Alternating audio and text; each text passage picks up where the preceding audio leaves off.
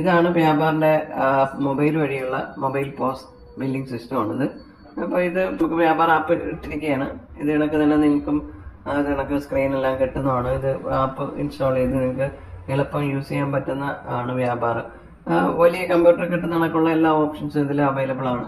നമുക്കെല്ലാം സെയിൽസ് ആയാലും പർച്ചേസ് ആയാലും എക്സ്പെൻസ് ആയാലും തുടങ്ങിയ എല്ലാം നൂറുകണക്കിന് റിപ്പോർട്ടുകളും ഒക്കെ ഇതിൽ അവൈലബിൾ ആണ്. അത് കണക്ക് ലോയൽറ്റി പ്രോഗ്രാം, നിങ്ങളെ ബാങ്ക്, ലോണ്, ചെക്കുകൾ, അങ്ങനെ തുടങ്ങിയ എല്ലാം നമുക്കിതിൽ മെയിൻറ്റെയിൻ ചെയ്യാൻ പറ്റുന്നതാണ്. അപ്പോൾ ഇവിടെ നമുക്ക് സെയിൽസ് ഇത് ബില്ല് ചെയ്യാനായിട്ടാണെങ്കിൽ നമുക്ക് ഇങ്ങനെ ഒരു ഓപ്ഷൻ ഉണ്ട്. ഇത് നേരത്തെ ബില്ല് ചെയ്തിട്ടിരിക്കുന്നതാണ്. നമുക്ക് പുതിയൊരു ബില്ല് ചെയ്യാനാണെങ്കിൽ ആഡ് സെയിൽ എടുക്കുക.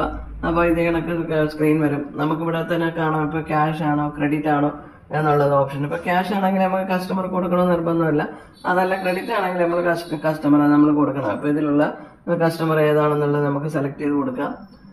ഇപ്പോൾ നമ്മൾ ക്യാഷിലാണ് ഒരു ക്യാഷ് സെയിൽ നടത്തുന്നത്. അപ്പോൾ അതിനായിട്ട് നമുക്ക് വേണമെങ്കിൽ ഒരു കസ്റ്റമർ നമുക്ക് എടുക്കാം. നമുക്കൊരു കസ്റ്റമർ സെലക്ട് ചെയ്ത ആളെ നമ്പർ ഓട്ടോമാറ്റിക് വന്ന് ഇത് ഡെമോ ഡാറ്റയാണ്. നിങ്ങളിപ്പോൾ ഒരു പ്രാവശ്യം ക്രിയേറ്റ് ചെയ്തിട്ട് കഴിഞ്ഞാൽ നിങ്ങൾക്ക് അപ്പോൾ അതിൻ്റെ ഡീറ്റെയിൽസ് എല്ലാം കസ്റ്റമർ ഡീറ്റെയിൽസ് ഫുൾ ഡീറ്റെയിൽസ് കിട്ടും. പ്രിന്റ് വരുമ്പോൾ എല്ലാ ഡീറ്റെയിൽസും അതിൽ വരികയും ചെയ്യും. അപ്പോൾ ഇതിൽ നമുക്ക് ഐറ്റംസ് ആഡ് ചെയ്യും. ബില്ലിൽ ഐറ്റംസ് ആഡ് ചെയ്യാനായിട്ട് ആഡ് ഐറ്റംസ് എന്ന് പറഞ്ഞിട്ടുള്ള ഓപ്ഷൻ ഉണ്ട്. അത് വന്നിട്ട് നമുക്കിവിടെ ഐറ്റത്തിൻ്റെ പേര് നമുക്കിവിടെ ടച്ച് ചെയ്യുമ്പോൾ തന്നെ നമുക്കിവിടെ കാണാം എന്തൊക്കെ ഐറ്റം. ഒരുപാട് ഐറ്റം ഉണ്ടെങ്കിൽ നമുക്ക് സെർച്ച് ചെയ്തെടുക്കാം. അതല്ല കുറച്ച് ഐറ്റം ഉണ്ടെങ്കിൽ ഇത് കണക്ക് നമുക്ക് പെട്ടെന്ന് ഈ ലിസ്റ്റിൽ നിന്ന് എടുത്തിട്ട് നമുക്ക് ചെയ്യാൻ പറ്റും. എന്നിട്ട് ക്വാണ്ടിറ്റി കൊടുക്കുക, സേവ് ചെയ്യുക.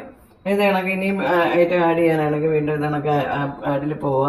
നമുക്ക് വേണമെന്ന ഏത് ഐറ്റമാണോ ആ ഐറ്റം നമ്മൾ ഇതിൽ കൊടുക്കുക. എന്നിട്ട് ക്വാണ്ടിറ്റി നമ്മൾ ആഡ് ചെയ്ത് കൊടുക്കുക, സേവ് ചെയ്യുക. അപ്പോൾ ഇത് ഐറ്റംസ് നമുക്ക് ഇവിടെ കാണാൻ പറ്റും. ഇതിനൊക്കെ നമുക്ക് ഇത് വയർലെസ് ബാർകോഡ് സ്കാനറാണ്. നമുക്കിത് ഫോണുമായിട്ട് കണക്ട് ചെയ്തിട്ട് അപ്പോൾ ഇതിന് ചെറിയൊരു OTG അഡാപ്റ്റർ വെച്ചിട്ടുണ്ട്. അഡാപ്റ്റർ കണക്ട് ചെയ്തിട്ടുണ്ട്. വളരെ സിമ്പിളാണ്. ഇത് തന്നെ ചാർജ് ചെയ്താൽ ഒരു മാസത്തിൽ കൂടുതൽ തന്നെ ഇത് നീക്കി വരിക. ഇത് നമുക്ക് കേബിൾ ആയിട്ട് കണക്ട് ചെയ്തിട്ട് നമുക്ക് ബില്ല് ചെയ്യാൻ പറ്റുന്നതാണ്. കമ്പ്യൂട്ടറിലൊക്കെ ഇത് കണക്ട് ചെയ്യാൻ പറ്റുന്ന ബാർകോഡ് സ്കാനറാണ്.